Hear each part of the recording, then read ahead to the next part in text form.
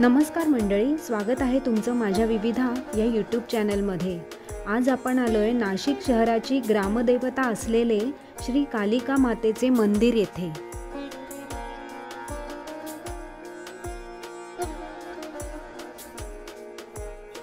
नाशिक शहरात फार पुरातन काळापासून म्हणजे मराठ्यांच्या राज्यात शहराच्या दक्षिण टोकाला जंगलामध्ये लहानसे विटांचे बांधलेले श्री कालिका देवीचे मंदिर होते।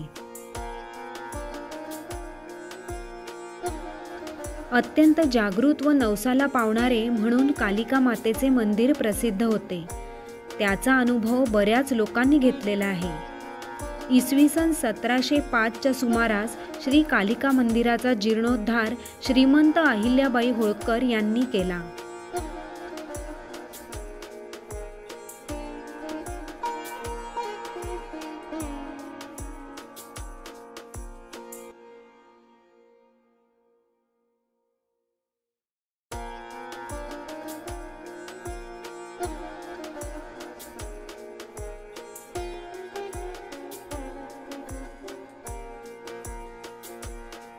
मंदिरातील गाभाऱ्यात महालक्ष्मी, महासरस्वती, महाकाली यांच्या मूर्ती आहेत।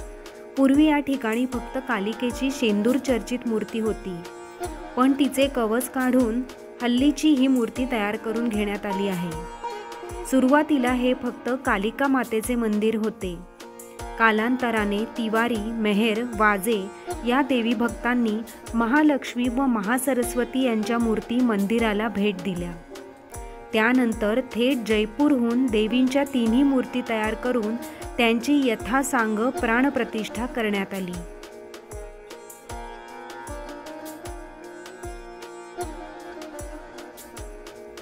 कालिका मंदिर ट्रस्टच्या वतीने भाविकांसाठी राहणे व जेवण यासाठी अल्प दरात सोयही मंदिर ट्रस्टच्या वतीने करण्यात आली आहे।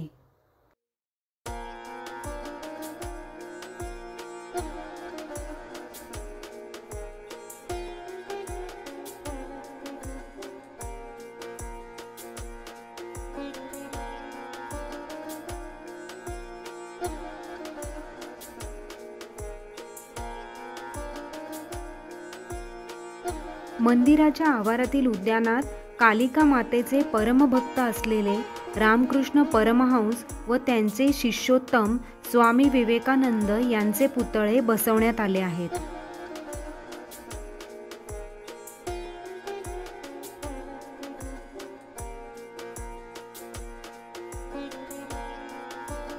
स्वातंत्र्यपूर्वकालीन म्हणजे लोकमान्य टिळकांच्या स्वराज्याच्या चळवळीपासून श्री कालिका मंदिर येथे नवरात्र यात्रा भरू लागली व गावातील सर्व मंडळी, भाविक व स्वातंत्र्यसैनिक एकत्र जमू लागले।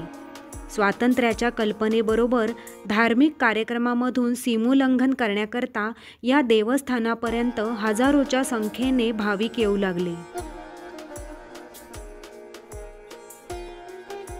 आजही नवरात्रात हजारोंच्या संख्येने लोक यात्रेस व कालिका मातेच्या दर्शनास येतात।